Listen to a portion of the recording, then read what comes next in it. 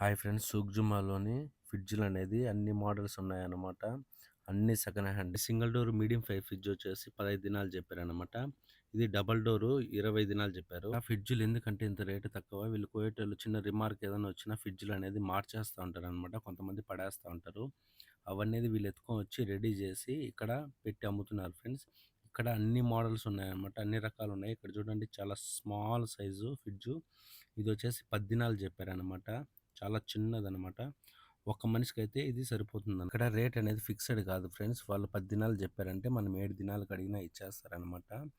1 year అనేది warranty అనేది ఇస్తారు. ఈ ఫ్రిడ్జ్ అనేది తీసుకెళ్లేటప్పుడు నీట్‌గా కూలింగ్ ఎక్కుతుందా లేదా అనేసి ఒక హాఫ్ అన్ అవర్, 1 అవర్ ఉండి చెక్ చేపిచ్చి తీసుకెళ్ళండి ఫ్రెండ్స్. ఎందుకంటే ట్రాన్స్‌పోర్ట్ ఛార్జ్ అనేది ఇక్కడ ఎక్కువ తీసుకుంటారనమాట. ఇక్కడ నుంచి మనం తీసుకెళ్ళాలంటే ఫ్రిడ్జ్‌కి అమౌంట్ అనేది ఎక్కువ ఉంటుందన్నమాట. కాబట్టి మీరు నీట్‌గా ఇక్కడే చెక్ చేపిచ్చి తీసుకెళ్ళండి.